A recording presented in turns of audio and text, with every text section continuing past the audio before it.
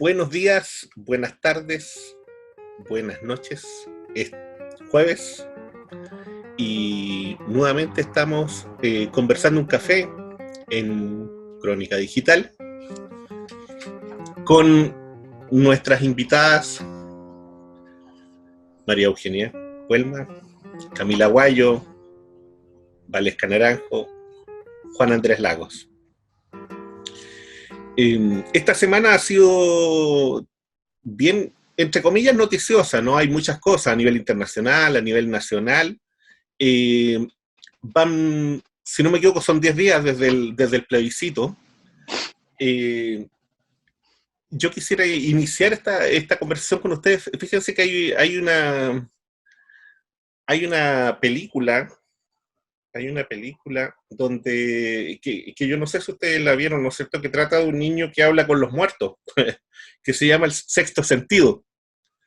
Ah, sí. Sí, ¿se acuerdan de esa película, Sexto Sentido? Sí, sí. Fíjense que pareciera ser que en el ámbito social y político algo de eso está ocurriendo en Chile. Hay quienes, ¿no es cierto?, no se dan cuenta de que están en otro mundo, están en otro espacio, son muertos vivos, y pareciera ser que tiene que venir algún niño o el pueblo chileno a venir a decirle, ¿no es cierto?, que ya pasó su tiempo, que ya no es hora. Y algo de eso hay en el aire, en la realidad en la que estamos viviendo.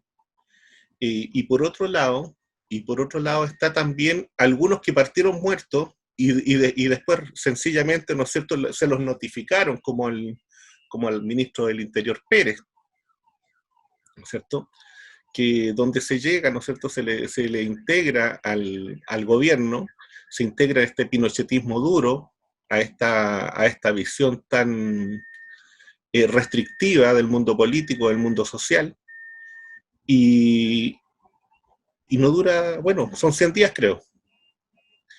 ¿Cómo ven ustedes el clima político hoy día, a 10 días del plebiscito? ¿Y cómo ven ustedes lo que está ocurriendo hoy día? ¿Cómo se está moviendo? ¿Cómo son los coletazos en el fondo del triunfo, ¿no? Los coletazos del gran triunfo de la prueba. Y que no hay que cansarse de decir eso, de que ganamos. Esa es una palabra clave. ¿Qué les parece? María Eugenia, Camila, Valesca. Está.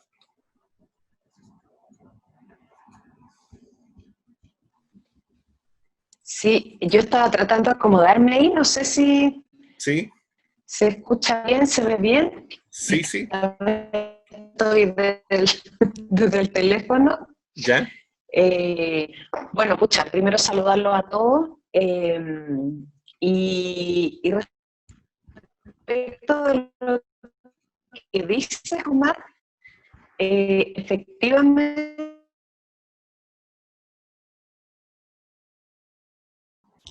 Tenemos un pequeño problema de la conexión ahí, parece. estamos... Ahí, como, Hay un pequeño problema en la conexión, sí, Valesca. como el gobierno aborda, ¿sí? No.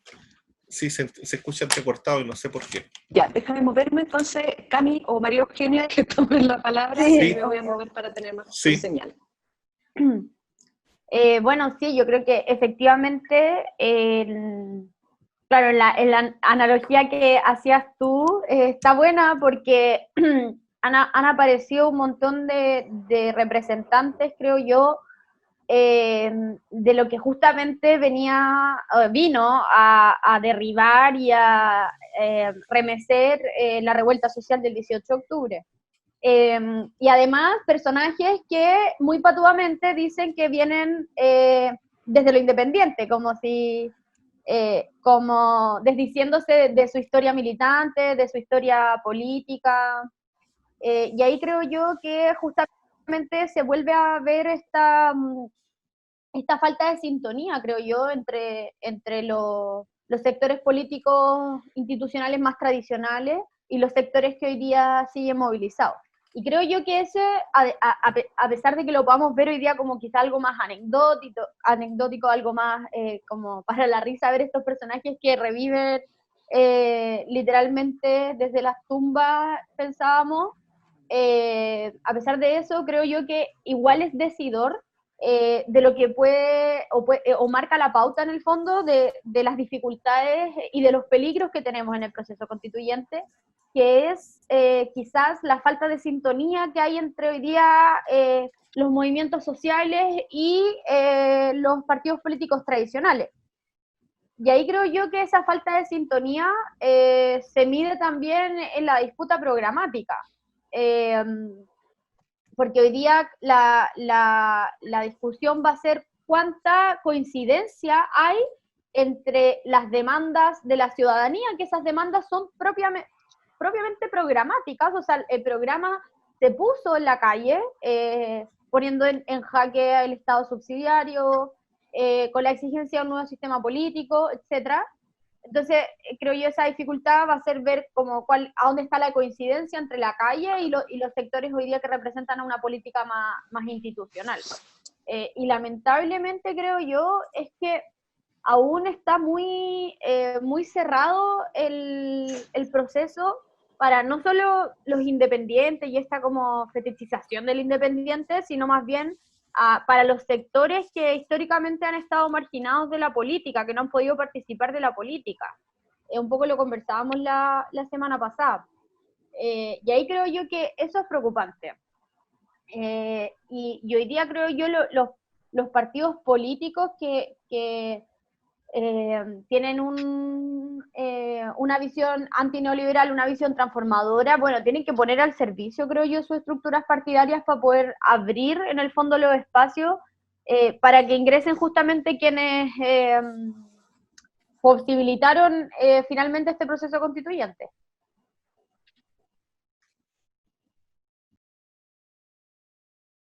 Estás con el micrófono apagado. María Eugenia Valesca. Ya, mira, yo quiero plantear aquí un par de cosas que a lo mejor no sé, yo he estado reflexionando harto desde el plebiscito en adelante, y creo que lo que está ocurriendo hoy día es que hay un sector oportunista, digámoslo así de claro, ¿no? Porque cuando uno dice de los sectores tradicionales, hay muchos sectores tradicionales que no necesariamente hoy día son oportunistas, incluso gente que no es de la oposición, pero hay un sector oportunista que se quiere apropiar de un espacio que no tuvieron, que no tienen, y que además aquí lo que define una posición hoy día, más que tradicional o generacional, es cuál ha sido la mirada y cuál ha sido la acción concreta y práctica frente al modelo neoliberal, históricamente hablando, ¿no? Desde el término de la dictadura y la postdictadura en adelante. Yo creo que ahí hay un temazo, porque aquí hay sectores que definitivamente estuvieron muy al lado del modelo neoliberal, lo profundizaron, lo mejoraron, y en realidad eso es una realidad. Y por otro lado, hay sectores que hoy día defienden intereses propios, intereses que son intereses de clase y a veces hasta intereses de bolsillo, que para permitir, ¿no es cierto?, que este modelo siga otorgando todas estas posibilidades concretas del lucro, posibilidades concretas de hacer negocio con las necesidades del pueblo, con la educación, con la salud, con el agua, con la electricidad, con todo. Entonces, esos sectores yo creo que hoy día la gente los ha identificado, la gente sabe quiénes son, y la gente, evidentemente, el pueblo en general ya está hastiado de eso, y lo demostró en el plebiscito. Yo creo que aquí hay un sector de la política que tiene que, no solamente no es que no tenga sintonía, es que la sintonía no está porque están defendiendo sus intereses, entonces es imposible que tengan sintonía. Se pedirle al gobierno de Piñera que tenga sintonía y empatía con lo que le pasa al pueblo es una cosa imposible. O sea, yo creo que si esta gente tuviese un mínimo de moral, después del plebiscito, ya habrían adelantado las elecciones y habrían dicho, mire, sabe que este gobierno tiene que irse. Si que tuviese alguna moral, alguna autocrítica, alguna visión de pueblo, alguna visión de país, alguna estatura moral. No la tienen, siguen haciendo más de lo mismo, mejorando el modelo y tratando de vender más al pueblo que ya no se la compra nadie. Yo creo que aquí hay una crisis moral muy importante en este gobierno y que también se traduce en los partidos del Chile Vamos y se traduce también en que la oposición de pronto, un sector de la oposición se siente inhibida justamente producto de que también hay intereses que defender. Ahí, digámoslo así, ¿no? Yo en ese sentido creo que esto es una resultante concreta de cómo se han vivido estos años de la postdictadura. Por otro lado, yo también creo de que, miren, hoy día está de moda hablar de la unidad, está de moda hablar de que tenemos que hacer unidad en esto, en lo otro. Yo ayer estuve en un foro que se hizo de parte de la Fundación Estadio Nacional en relación a la memoria de la gente que estuvo prisionera en el Estadio Nacional. Y yo asistí ahí como hija de una expresa política en el estadio. Y yo decía, mira, todos hablábamos de la unidad. Y yo decía, mira, si es que el tema de la unidad hoy día pasa por justamente tener una idea clara del objetivo político de un proyecto político para Chile. Si la Unidad Popular tuvo un éxito fue justamente por eso, porque tuvo un proyecto político que se encarnó en la gente y la gente se sentía representada en él. El pueblo sintió que este era su gobierno, sintió que ese era su proyecto. Y hoy día, si nosotros queremos levantar un proyecto de unidad después de las elecciones que nos deja el plebiscito, tiene que ser sobre la perspectiva de las cosas que estamos conversando, es decir, bueno, ¿qué modelo vamos a querer levantar? ¿Qué proyecto político? ¿Más de lo mismo? ¿De mosaíto un poquitito así maquillado? ¿O vamos realmente a ir a los temas de fondo? Y la gente lo que quiere es temas de fondo. Entonces, en ese sentido, yo creo que la unidad tiene que partir porque nos definamos. Cada partido, cada movimiento, cada sector tiene que definir de cómo se posiciona en este momento histórico. Y yo creo que eso es lo que está exigiendo el pueblo.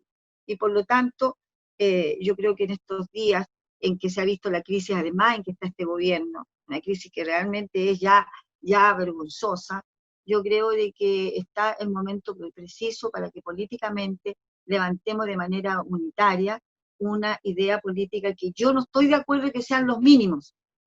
¿Qué significa eso, los mínimos? Tenemos que levantar las ideas políticas por las cuales se levantó el movimiento a partir del año pasado. Y la gente no quiere mínimos. La gente quiere realmente una constitución que levante la dignidad, que levante la soberanía, y el soberano habló y dijo, y por lo tanto queremos una convención constitucional elegida por el pueblo mismo. Entonces yo creo que hay cosas ahí que son muy interesantes. Fíjense ustedes que de cierta manera, queridos compañeros y compañeras, el apoliticismo que sembró la dictadura y que luego lo sembró la postdictadura, los gobiernos de la postdictadura, ese apoliticismo, ese rasgo en contra de los partidos políticos que ha sido mandatado y ha sido impuesto por la derecha desde los medios de comunicación, desde la propaganda, desde todas las formas que se manipulan las conciencias, yo creo que también hoy día está resultando que eso se está dando vuelta. El apoliticismo ya no tiene esas características. Quizás tiene otras características en el sentido de esto de que tiene que ser todo independiente, de que los partidos políticos no sirven. Eso todavía está ahí centrado. Yo me niego como le dijera yo, a negar mi condición de partido político, mi condición de militante de un partido político, porque siento de que al hacer eso estoy dándole la razón al apoliticismo que ha sembrado la derecha. Yo me siento orgullosa de ser militante política. Podemos haber cometido errores, lo más probable, en todos estos 108 años de vida podemos haber cometido errores, pero yo me siento orgullosa de mi militancia. No estoy dispuesta a esconderla.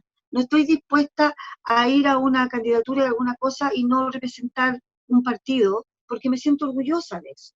Y yo creo que tenemos que establecer criterios de confianza, criterios de pertenencia y criterios de identidad. Y yo me salgo de renunciar a eso, y creo que cada uno tiene que revivir momentos importantes, pero para eso también tenemos que ser autocríticos. Y yo creo que en ese sentido se nos abre una posibilidad enorme, enorme, enorme, enorme, para que podamos realmente ir a los temas de fondo y generar las condiciones para cambios importantes en el país.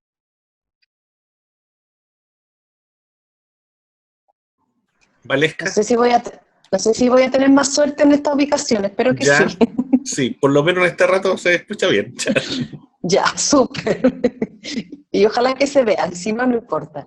Oye, coincido harto con la María Eugenia, especialmente en este como sentido común que ella instala, que en verdad este gobierno es de una inmoralidad tan grande que de verdad que vamos a esperar.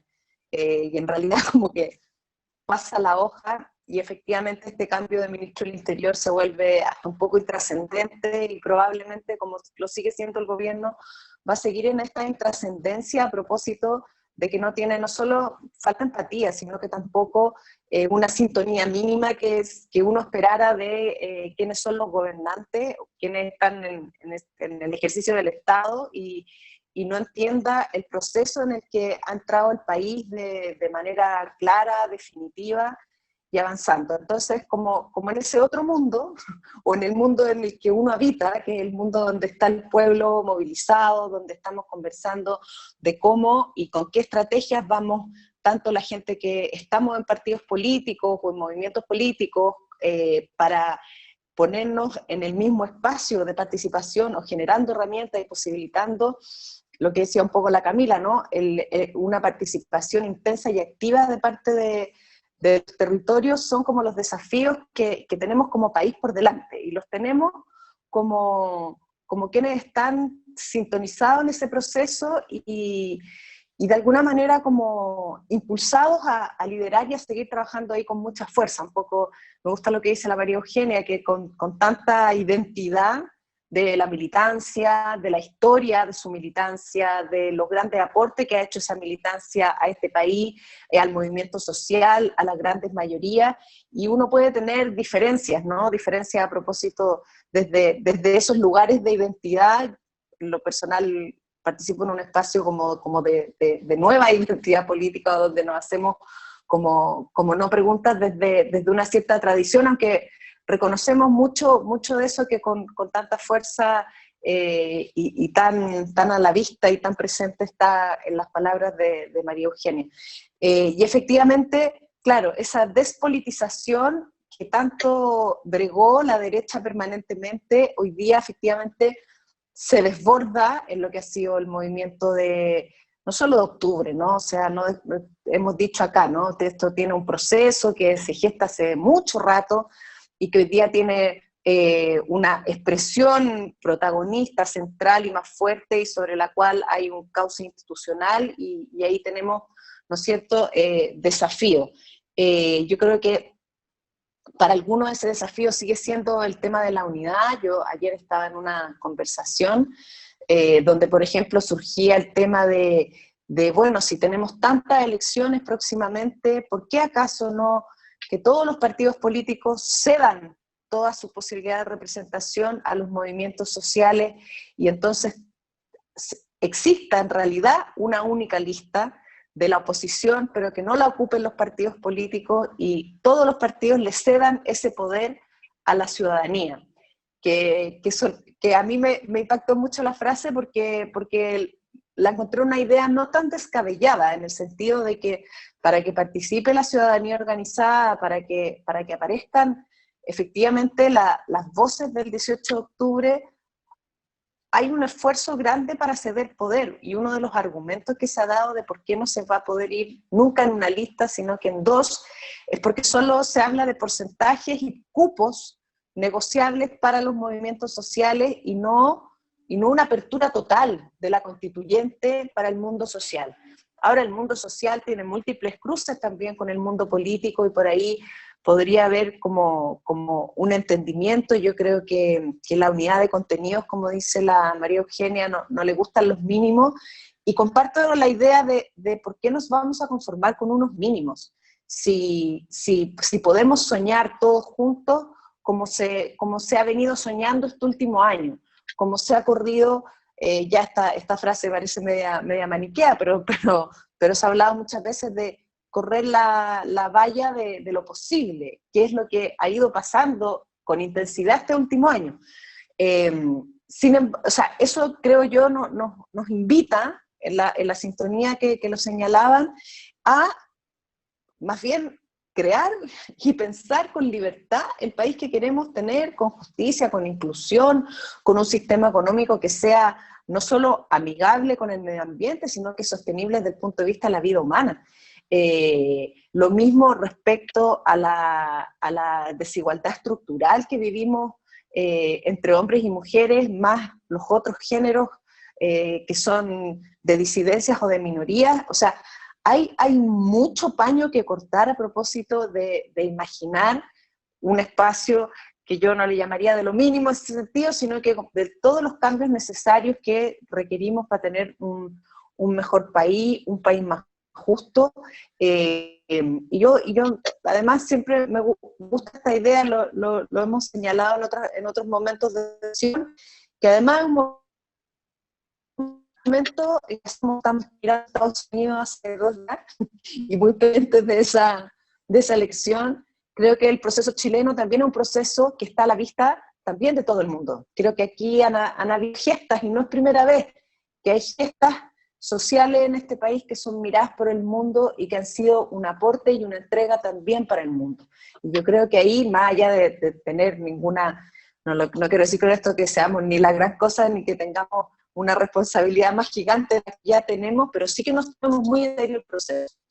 Yo creo que esto un momento histórico y emocionante, no solo por lo que vivimos acá, sino que es un momento que es histórico en el mundo. Entonces yo diría eso, tenemos el desafío de trabajar con la ciudadanía, tenemos el desafío de tener un mejor y mayor entendimiento desde las fuerzas políticas, con una mirada que avance con fuerza hacia los cambios, pero bien que avance respecto de esos cambios con una mirada, así como con cierto pragmatismo, pero que pragmatismo en el sentido de ir a constituyentes, de que no nos quedemos con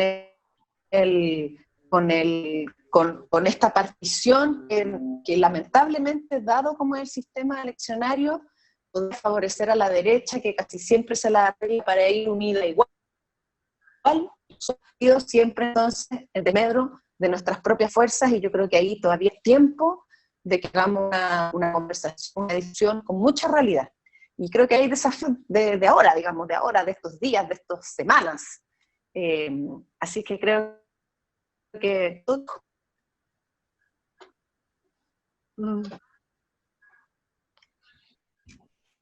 Juan Andrés. Sí, mira, a ver,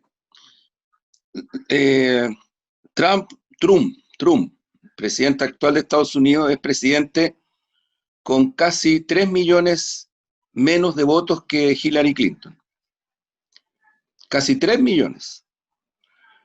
Y ahora está haciendo la misma táctica, y hasta ahora, de acuerdo a lo que está pasando, eventualmente está corriendo el riesgo de perder la elección, pero todas las encuestas de Yanquilandia se equivocaron en la proyección. Una vez más, él tiene una cantidad de votos impresionante, sobre 70 millones en este momento.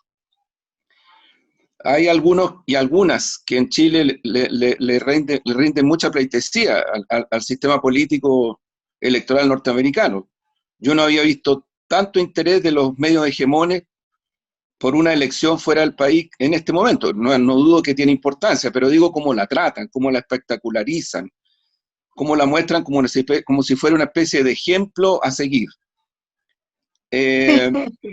Digo esto porque, ¿sabe lo que pasa? Que, bueno, no todas las fuerzas políticas firmamos el acuerdo nacional que fijó, entre otras, como norma para elegir a los constituyentes el sistema de elección distrital.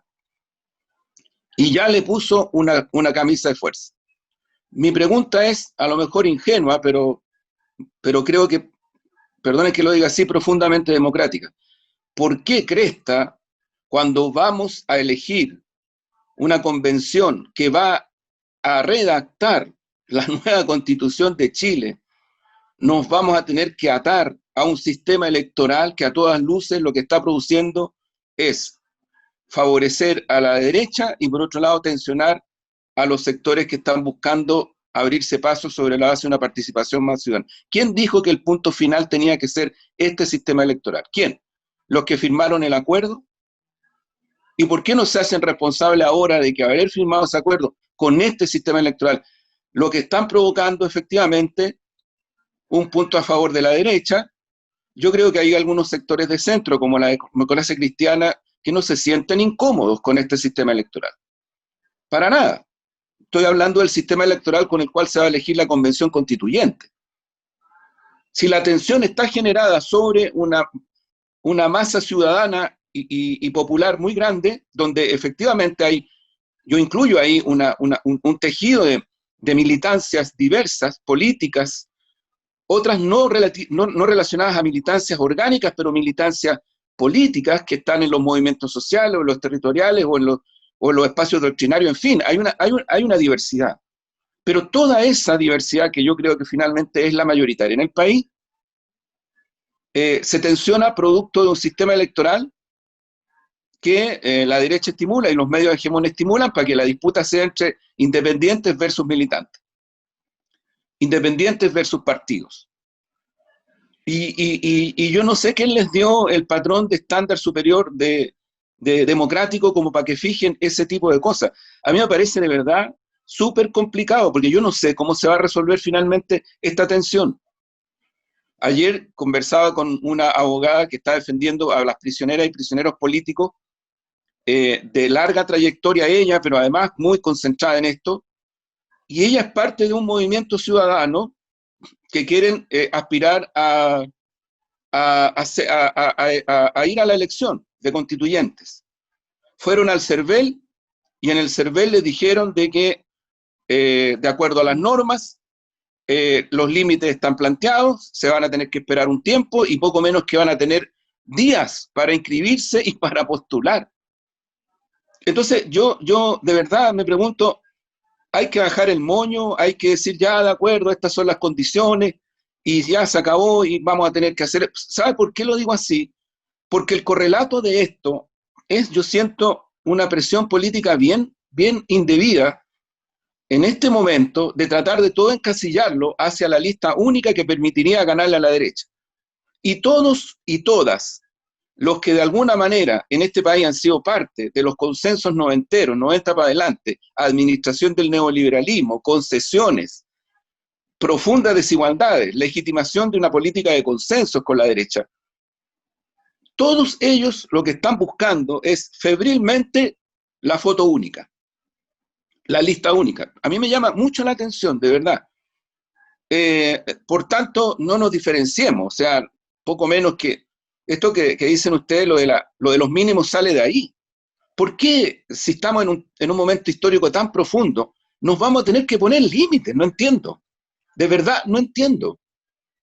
No entiendo, porque ocurre que el pasado histórico reciente, porque es reciente, de la transición pactada, lo que nos dejó fue el mamarracho de transición. Que hoy día el plebiscito, protesta en la calle, dejan en evidencia que nadie quiere seguir eso. Si yo creo que una parte es que la gente dice ya terminemos con la constitución de la dictadura, pero también hay mucha expresión de decir no quiero más con lo que he vivido de los 90 en adelante.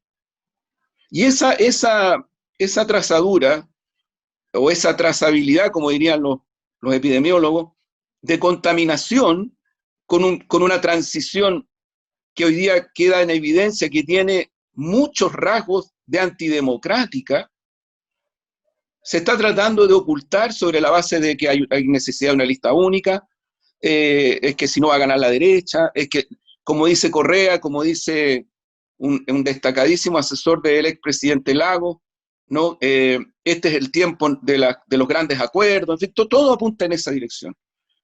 Y mi temor es que este camino lleve a una frustración enorme de las grandes mayorías que han estado durante no sé cuánto tiempo presionando por otro camino. Es la impresión que me queda. O sea, termino con esto. Yo siento que seguir interpretando el resultado del plebiscito de los dos votos, no sé si es democrático, porque los dos votos tenían una claridad explícita.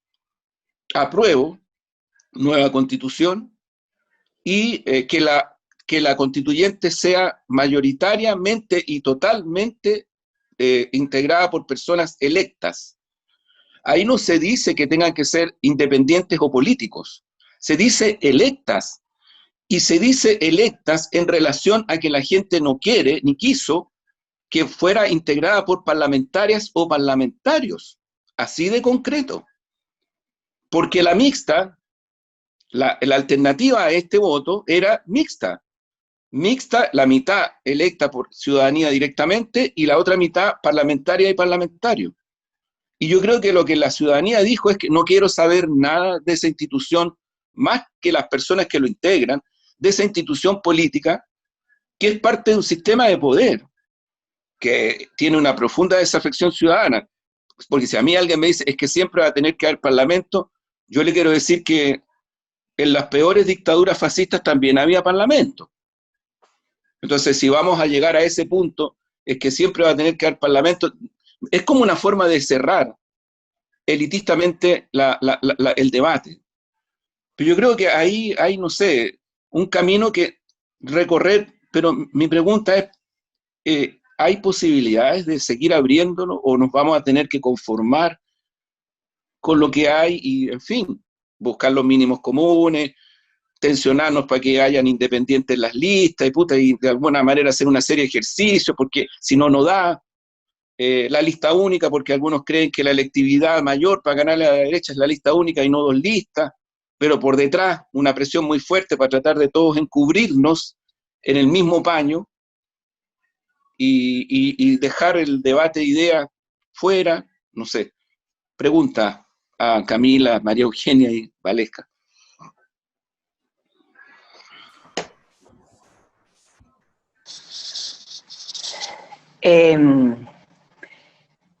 No sé si se me escucha, creo, Juan Andrés, que has tenido una lectura muy dura, pero que es bien certera, creo yo, en señalar como, al menos veo como 3 niveles o 3 como capas de la discusión o de las disputas, ¿no?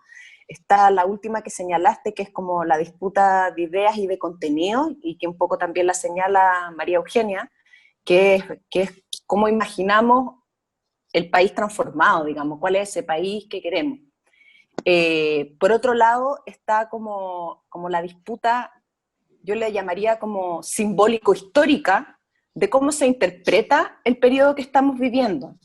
Y ahí yo creo que no hay una sola interpretación, o sea, efectivamente una lectura es, y si tú ves las encuestas que salieron hoy día publicadas, un par, efectivamente hay un, comillas, como rechazo a la clase política en general, donde aparentemente las mayorías no hacen una distinción entre quienes fueron cómplices del neoliberalismo, entre quienes tuvieron en sus manos y el poder de haber hecho una transición distinta a la que se hizo, o en quienes siempre han estado o han sentido que su quehacer está más cerca lo que, comillas, el pueblo, que en tiempos de inicio de la democracia era un tiempo que estaba golpeadísimo por la dictadura, golpeadísimo, asesinado, desaparecido, etcétera, ¿no?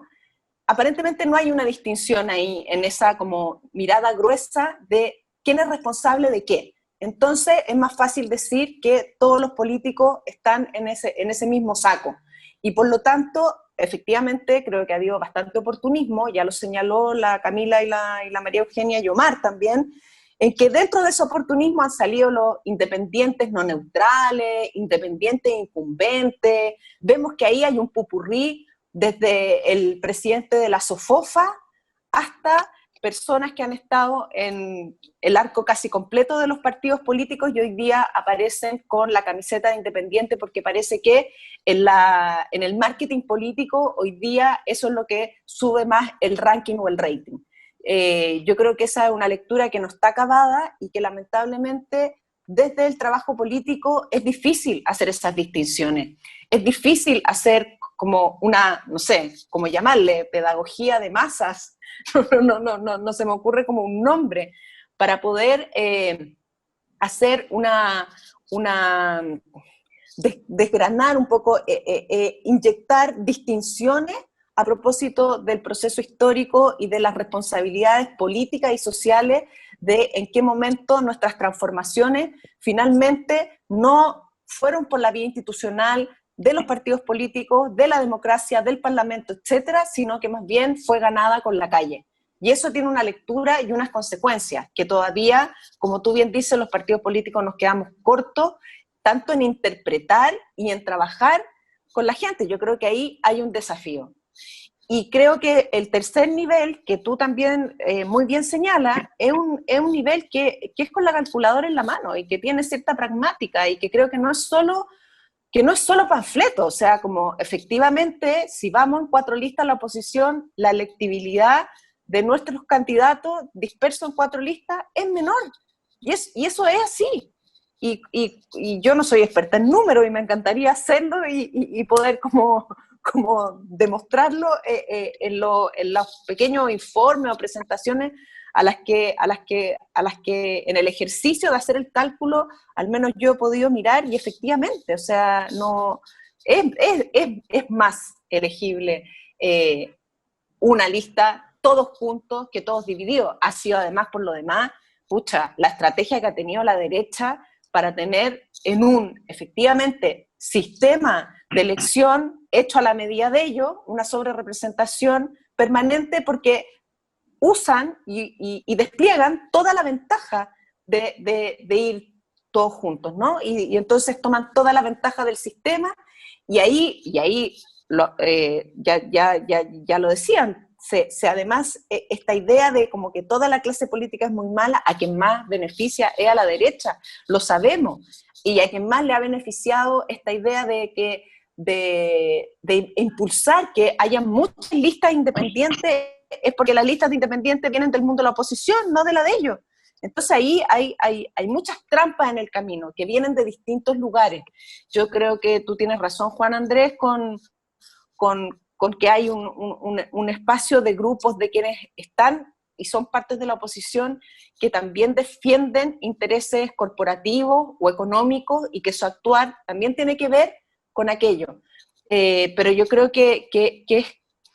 creo que tenemos la historia hoy día de nuestro lado a propósito de quienes no pertenecen ni pertenecemos a espacios de grupos de poder económicos o elitizados, de dar no solo la discusión, sino que de dar esa pelea y esas disputas que son discursivas, son simbólicas, pero también son políticas. Y yo creo que ahí, efectivamente, no tenemos los medios de comunicación, no tenemos la masividad ni la llegada que tienen todos ellos, no tenemos los recursos económicos que tienen todos ellos. Sabemos, el pueblo siempre ha estado en ese sentido en desventaja en el espacio del poder real o del poder fáctico, desde el que uno se despliega. Entonces yo siento que ahí, compartiendo parte del diagnóstico, creo que es donde tenemos los mayores desafíos. Y los mayores desafíos respecto de la gente, no respecto de nosotros nomás.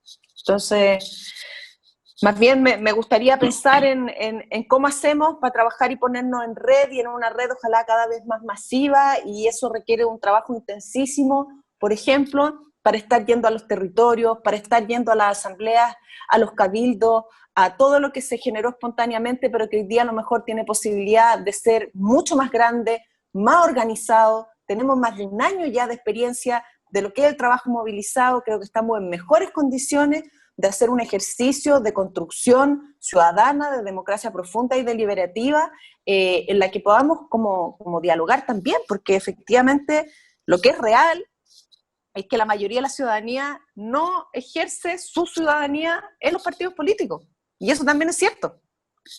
Entonces, ¿cómo vamos a hacer sociedad con esa mayoría que no es de partidos, que no entiende además muchas veces y que es muy legítimo que no se sintonicen allí y que su politicidad esté puesta desde otros lugares, que no necesariamente son el partido político? Una politicidad que empieza a mirar la vida cotidiana de otra manera y entiende que eso tiene un causal, o lo político está en su vida. Y ese es un ejercicio que ha sido no de los partidos políticos, sino que del proceso, del movimiento, del diálogo y de la toma de conciencia del pueblo de Chile. Entonces ahí también los partidos políticos tenemos un desafío. Mira, Omar, Sí, María Eugenia. Sí, mira, Sí. yo quiero plantear algo que lo dije el mismo día del plebiscito. Yo creo que el mandato está entregado. El pueblo habló y habló fuerte. Y dijo exactamente, oye, la Convención Constitucional sacó más votos que el propio apruebo. Por lo tanto, lo que la gente está diciendo es que queremos una Convención Constitucional electa.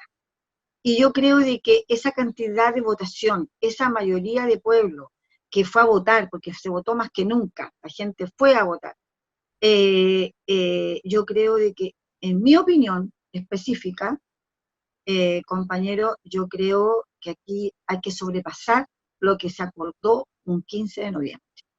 Y eso es escuchar el mandato de que la soberanía nos entregó.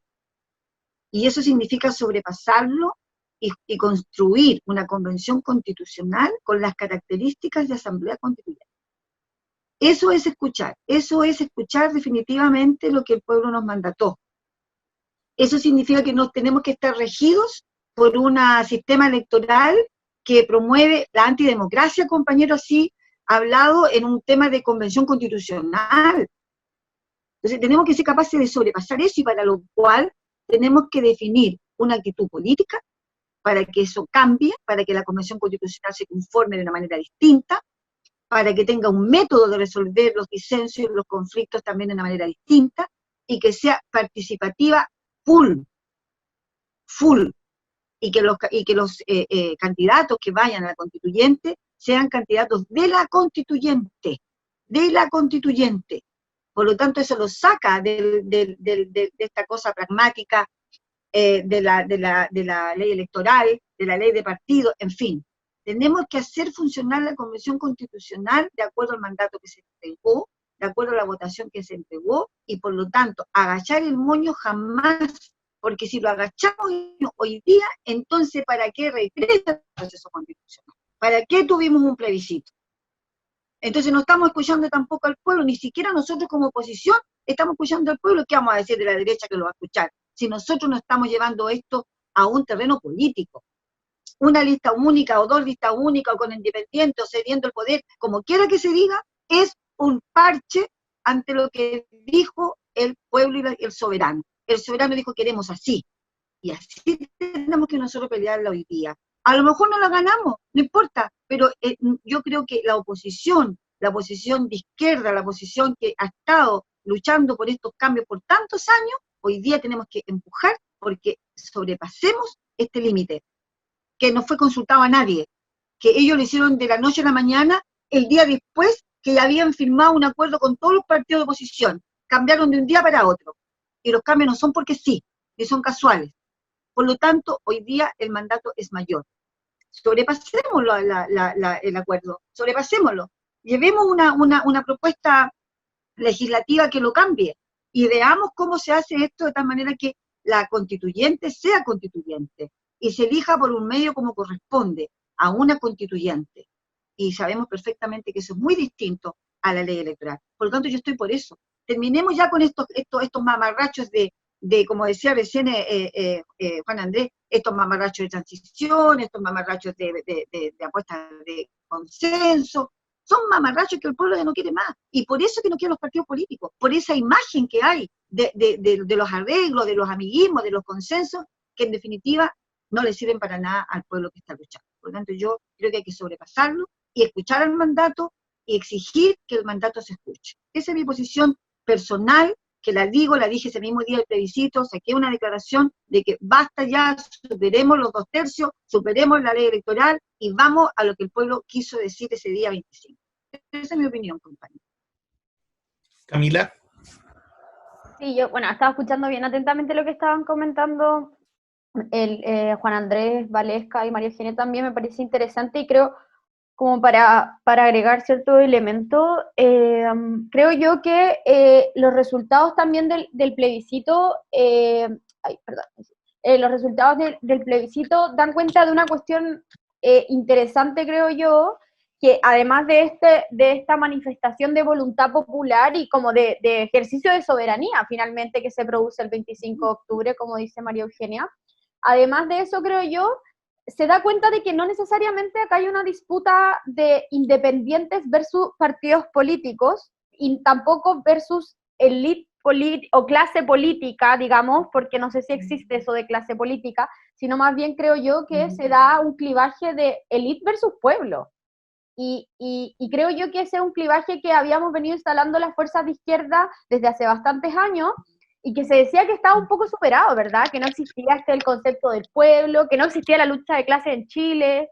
Y finalmente vemos los resultados del plebiscito, bueno, las 5 comunas, pero en realidad las 3 comunas paradigmáticas, donde gana el rechazo, es muestra de que hoy día existe este clivaje de élite versus pueblo, y finalmente lo que se está exigiendo no es necesariamente que se muera la casta política, sino que en el fondo es un golpe contra la élite de este país, que coincidentemente, claro, es quienes muchos están ejerciendo el poder hoy día, pero también son las familias más ricas de Chile, los empresarios, es decir, quienes hoy día sostienen el capital en este país, y creo eso es un como marco de lectura interesante, porque nos permite tener un marco de lectura de clase finalmente, y que creo yo que no es obviable para ver cómo hoy día se disputa la constituyente en sí.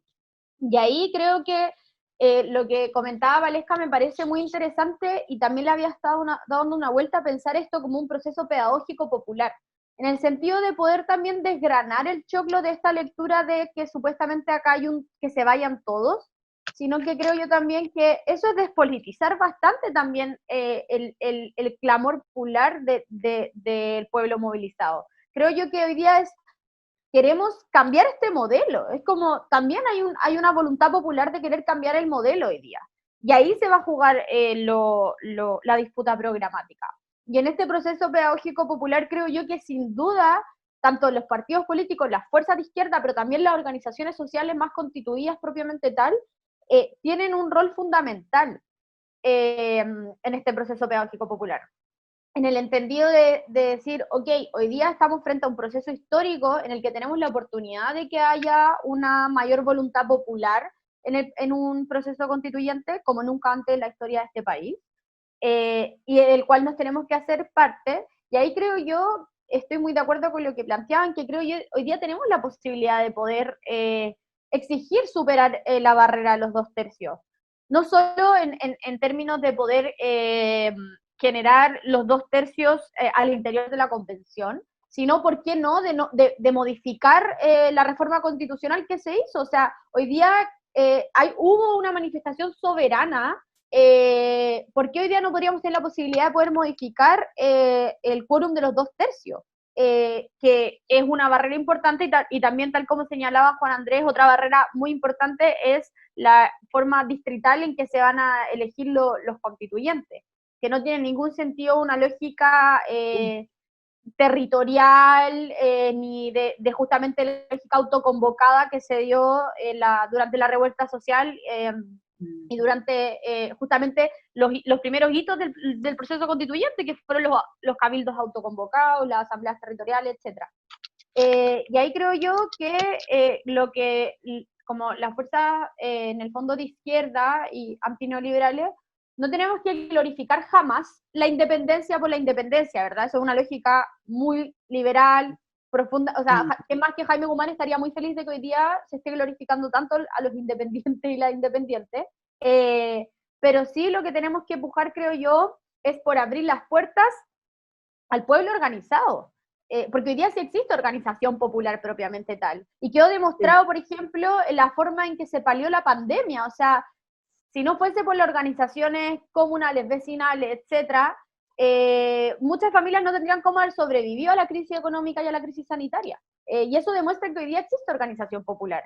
Y así también creo yo que además de generar un acuerdo por poder superar los 2/3, y ahí creo que tienen que haber voluntades políticas también de los sectores de izquierda, principalmente creo que ahí también el emplazamiento va a sectores del Frente Amplio, pero también tiene que ver con la capacidad hoy día de movilización en las calles. Porque también una forma de dinamizar el proceso constituyente y de dar en el fondo de manifestar la potestad popular hoy día es a través de la movilización, porque hoy día tenemos la oportunidad histórica también de poder arrinconar a los sectores más de la centro y de la centro izquierda, porque tampoco pueden hacer oídos sordos al clamor popular que hoy día está en las calles. Y creo yo que hay una diferencia y acá quizá estoy justamente hablándole a quienes fueron protagonistas, pero por ejemplo, una experiencia importante del gobierno de la nueva mayoría, que se hizo el intento de poder empujar hacia la izquierda o hacia ideas más antineoliberales a la democracia cristiana, por ejemplo, pero cuestión que fue, creo yo, fallida, porque no existía el clamor popular que existe hoy día. O sea, hoy día también los sectores políticos no pueden hacer oídos sordos, y por eso tenemos en el fondo la balanza hoy día un poco más a nuestro favor, porque creo yo el movimiento feminista es un ejemplo paradigmático. O sea, no es lo mismo que cuando en la constituyente se esté discutiendo respecto a derechos sexuales y reproductivos, con los 155 miembros encapsulados, etcétera, que con 1 millón de mujeres marchando en las calles por el reconocimiento constitucional de nuestros derechos sexuales y reproductivos. Entonces creo yo también que por eso el momento constituyente que estamos hoy día es histórico, porque existe hay una mayor posibilidad de que aflore la voluntad popular y que se plasme en la redacción de la nueva constitución. Pero para eso, creo yo, tienen que estar las voluntades políticas de poder saltar los baches o cerrojos que dejó el acuerdo del 15 de noviembre. Y ahí creo yo que pasa por la movilización, pero pasa también por la voluntad que dispongan los sectores que hoy día tienen la capacidad de poder llegar a esos acuerdos en la cancha más institucional. Bueno, Valesca me dice que lamentablemente no podía seguir en la conexión, deja las disculpas, tiene que estar en otro espacio, lamentablemente, espacio laboral. Mira, a mí una de las cosas que me ha estado dando vuelta en todo este tiempo, y tiene que ver con lo siguiente, por una parte, toda esta instalación mediática y de opinión, por ejemplo, con el tema de los expertos o las personas, ¿no es cierto?, que tienen un bagaje constitucional para poder estar dentro de los constituyentes, y que se hacen encuestas en relación con eso, encuestas elaboradas, por cierto, también por sectores, ¿no es cierto?, que apuntan o que tienen una mirada tecnocrática de lo político. Y yo veo que, por ejemplo, ahí hay un vacío de otras miradas, incluso vacío en las preguntas, en los elementos de dónde se parte. Por ejemplo, yo pienso así, ¿qué pasaría si se le preguntara a la gente?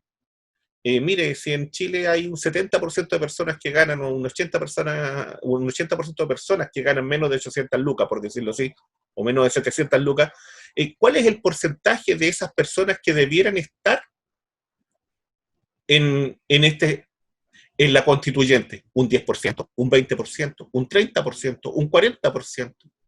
¿Cuál tendría que ser el porcentaje si es un 80 o 75% de personas que tiene ese tipo de sueldo hacia abajo?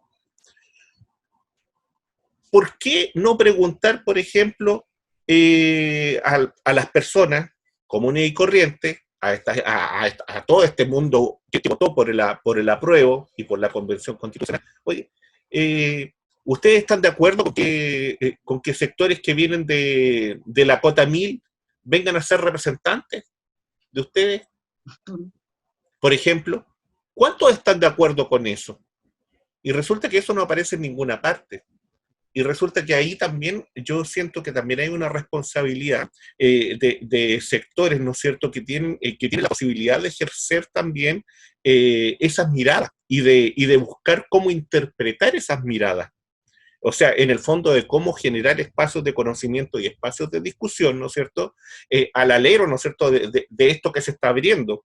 Y una segunda cosa que quería aseverar y que para aportar a la conversación, que tiene que ver con que este proceso también va a ser muy sobreexpuesto. O sea, yo creo que las personas que van a ser elegidas dentro del ámbito constituyente, quienes sean, a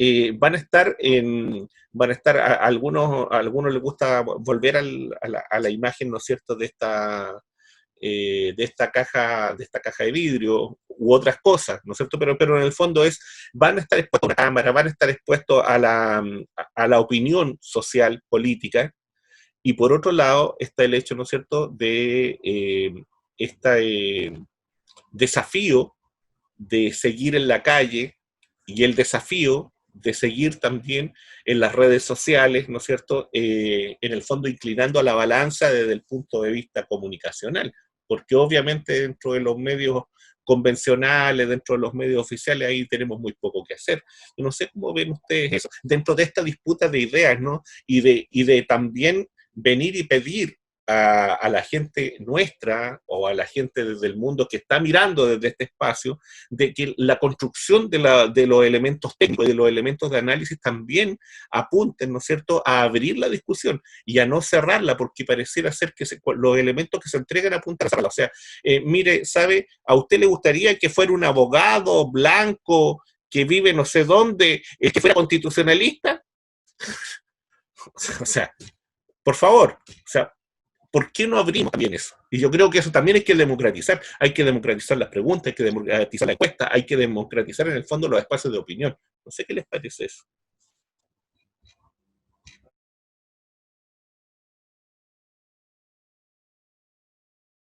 Mira, no sé, el tema para mí es tan de fondo, es democratizar, es tomar conciencia de lo que se ha decidido por parte de este plebiscito, es tomar en cuenta todo el proceso que se vivió previo al plebiscito, con los cabildos, con los encuentros, el pueblo ayuda al pueblo, eh, eh, la gente en su totalidad te dice, mira, a mí no me llegó nunca un bono, porque resulta que yo ganaba tanto, entonces cuando yo ganaba tanto, tal bono no lo podía tener, y si ganaba esto otro, menos podía tener esto otro bono, entonces hay un descontento enorme con el sistema, enorme, y hay un descontento con el sistema en cierto modo, un sector del pueblo está descontento con el sistema desde una conciencia política explícita, y hay otro sector que lo hace por una cuestión de piel, por una cuestión de cómo lo ha estado viviendo, entonces hace una reacción en contra del sistema.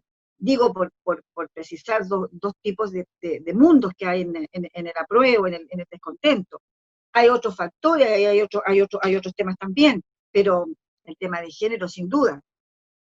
Pero el tema está en que este descontento, yo siento que tenemos que darle también una suerte de visibilidad.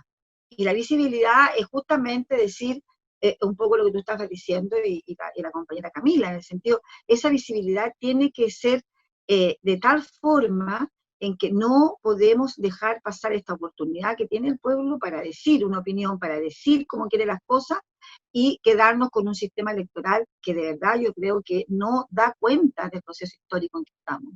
Por lo tanto, si hay necesidad de una reforma constitucional, habrá que hacerla. Y habrá que hacerla porque la gente lo pide en la calle, porque de lo contrario tampoco va a pasar. O sea, cuando se aprobó el 10% del tema de las AFP, es porque la gente lo exigió, y lo exigió muy oportunamente y fuertemente. Por eso que se obtuvo eso. A tal punto que gente de la derecha votó por eso.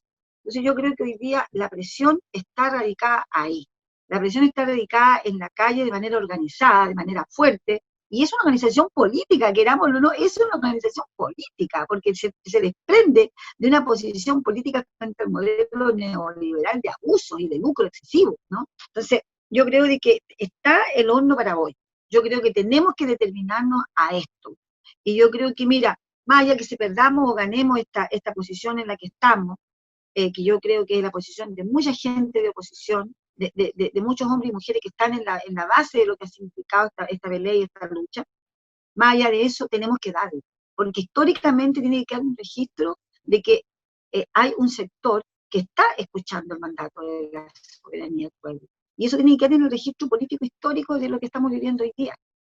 ¿Y por qué digo eso? Porque si uno no deja estos registros históricos, pasa lo que pasó en la postdictadura, en que todo quedó como que la alegría ya viene y esto era así y tenía que ser así, existió grupos importantes dentro del cual está el propio Partido Comunista, que dijo que esa no era la salida, que la salida tenía que ser más democrática, con mayor participación, con un pueblo que se escuchara, un pueblo que estaba diciendo, no queremos dictadura, pero tampoco queremos, ¿no es cierto?, continuar con una administración de esta índole. No nos olvidemos que a los movimientos sindicales nos mandaron para la casa, nos dijeron ya, hasta aquí nomás llegó, no hay más huelga, no hay más esto, nosotros nos vamos a encargar de hacer justicia, lo que nunca llegó. Entonces, yo digo, hoy es el momento de que hagamos historia, no tan solo con el resultado del plebiscito, sino con hacer cumplir ese mandato. Y yo creo que eso hay que hacerlo por la vía que sea necesaria, si es una reforma constitucional, si es 1 millón de personas, de mujeres en la calle, como sea, pero tenemos que darle una oportunidad al soberano que se exprese y que tengamos una convención constitucional que realmente dé cuenta de este Estado. Miren, yo lo último que quería decir, ya que Juan Andrés lo tocó, el tema de Trump, yo saqué el otro día un Twitter, compañero, en el sentido de que es vergonzoso el sistema electoral de Estados Unidos. Y pretenden darnos lecciones de democracia. Pretenden darnos lecciones de democracia. Intervienen en países, Venezuela, Cuba, el país que se les ocurre diciendo que ellos son los más democráticos, pero miren estas elecciones. El voto popular vale menos que el voto electoral.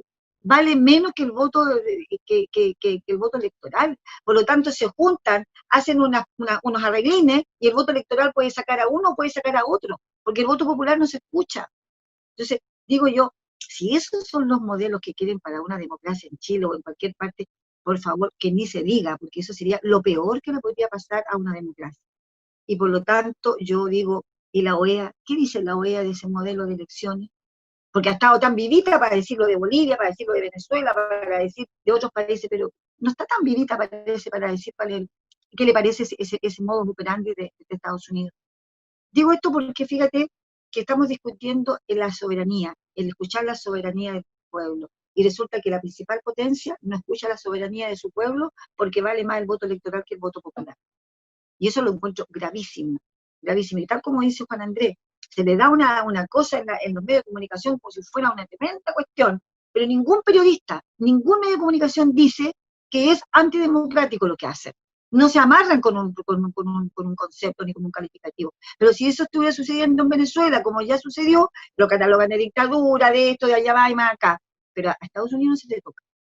Trump ha dicho lo que ha querido, que iba a desconocer las elecciones, que iba a desconocer los resultados. O sea, por favor, ¿cómo nosotros, este gobierno, no ha dicho una palabra en relación a eso? Entonces, no es problema de sintonía, es problema de defensa de intereses que son intereses mezquinos de un grupo que son los grupos poderosos de este país y que son, ¿no es cierto?, lacayos de los otros grupos poderosos de otros países. Pero de verdad, yo creo que es el momento de superar los 2 tercios. Es el momento de superar esta forma de elección y tenemos que hacerlo con el pueblo movilizado y hacerlo ya, porque en enero tenemos que tener claro cuál va a ser la forma en que vamos a tener estas elecciones, compañeros. Camila. O sea, en realidad creo que muy en la línea de lo que dijo María Eugenia. O sea, hoy día justamente lo que está demandando la ciudadanía y el pueblo es poder superar en el fondo el modelo de democracia que hemos tenido, una democracia muy delegada, ¿verdad? Profundamente representativa, muy poco participativa. Y creo yo que justamente una de las complejidades de lo que se amarra en el acuerdo del 15 de noviembre y lo que rige hasta hoy día para el proceso constituyente es que nuevamente tiene esta lógica de delegar el poder en otro y no hay una efectiva ejercicio de soberanía, creo yo, plasmado en la Convención Constitucional. Y quienes fuimos y hemos sido críticos de esto y decimos que en el fondo no hay un ejercicio de soberanía en la Convención Constitucional, que eso no significa que no vayamos a disputarla, obviamente queremos disputarla y porque así es la política y entendemos que también en el fondo es relevante poder disputar toda la arena, toda la cancha, pero es creo yo necesario decir que hoy día nos enfrentamos a un escenario complejo en el que quizás no se pueda ejercer la soberanía plena, y para eso creo yo los caminos son esos que comentábamos, o sea, poder pujar por abrir aún más la Convención Constitucional y por otro lado que sea también el pueblo movilizado el que vaya ejerciendo su soberanía finalmente.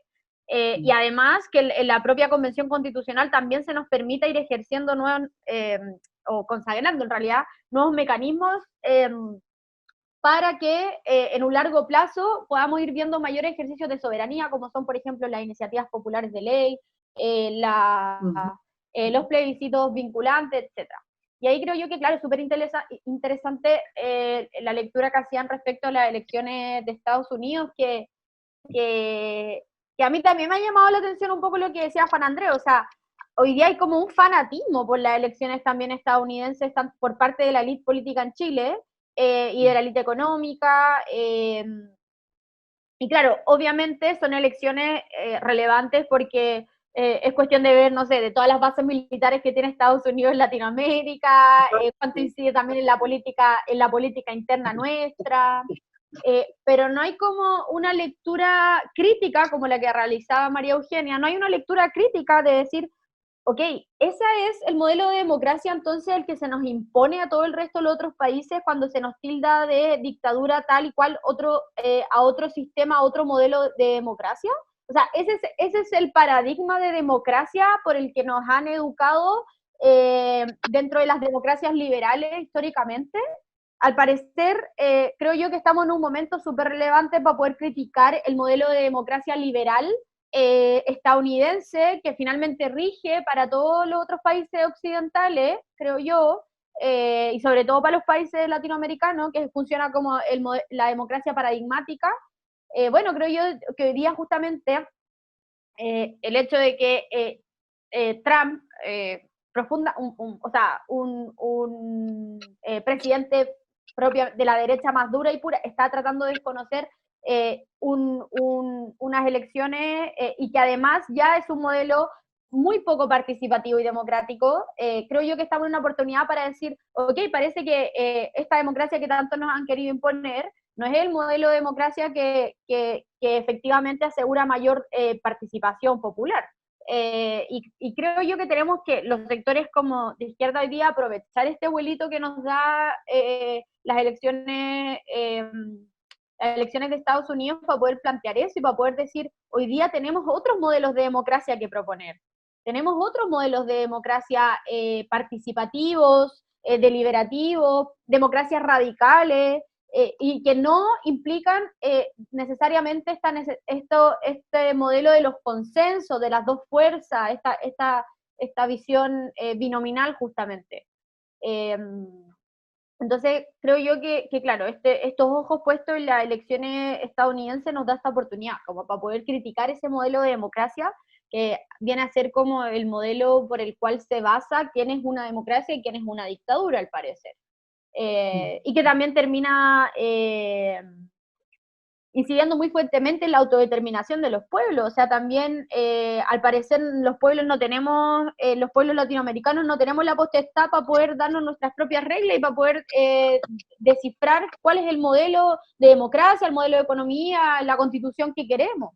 Y ahí creo yo que eso también nos da ciertas luces de cuál es la constitución que no queremos, por ejemplo. El modelo constitucional estadounidense, profundamente liberal, un par de enmiendas, artículos. Al parecer quizás nosotros, para poder asegurar y garantizar un nuevo modelo de democracia, un nuevo modelo económico, derechos sociales, etcétera, quizás tenemos que apuntar a una constitución más bien robusta, a una constitución más máxima, como lo han apuntado otras experiencias latinoamericanas. Juan Andrés, última reflexión para ir cerrando, porque estamos en... Estamos en la hora ya. Sí, estamos en la hora ya. Sí, estamos en la... No, me parece muy bien. Comparto los análisis que hemos hecho, particularmente María Eugenia y Camila, sobre el último tema. Okay. Ahí nomás me quedo. Ok, entonces, bueno, despedir el programa de hoy con dos invitaciones. La primera, a que vayan al Café de Crónica Digital, Maturana, con huérfanos, por favor. Y ahí su cafecito, su palito, una buena conversación, una conversación constituyente. Y la segunda invitación que les voy a hacer es que, miren, me llegó este libro que se llama La caída del ángel negro, que es de un escritor talquino que se llama Tomás J. Reyes. Es una novela bien interesante que está en Suramérica, es la editorial que lo publica. Los invito a leerla. No les voy a dar mayores detalles. Voy a escribir algo sobre ella, pero les puedo decir que es una novela que es bien interesante como para poder leerla, para poder entretenerse y para poder conocer también a escritores, ¿no es cierto?, que están fuera de los círculos, que están fuera de estos ámbitos, entre comillas, de los más vendibles, Sí, claro. y que son un buen aporte de lo que se está escribiendo hoy en Chile. Agradecerles, pues, agradecer a María Eugenia, a Camila, a Juan Andrés, a Valesca. Que estén muy bien. Chao. Ok, gracias. Chao, chao. Cuídense. Chao. Chao, chao. Chao. Igual.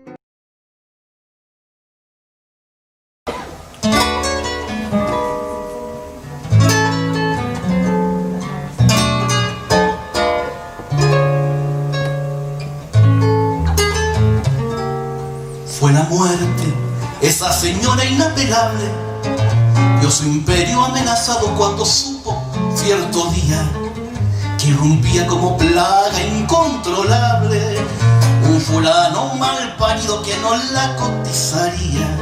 Al saber que no podría soportarlo, quiso redimir al macho con eléctricos martirios, pero prefirió esmerarse en liquidarlo y afiló bien su guadaña con quirúrgico delirio.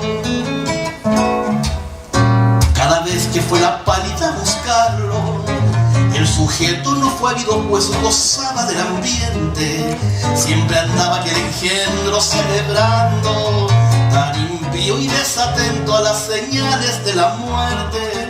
Fue la cacería tan inefectiva que hundió a la diva y su fama de asesina legendaria. Vióse vieja de mordida inofensiva y al fracaso coronando su carrera funcionaria.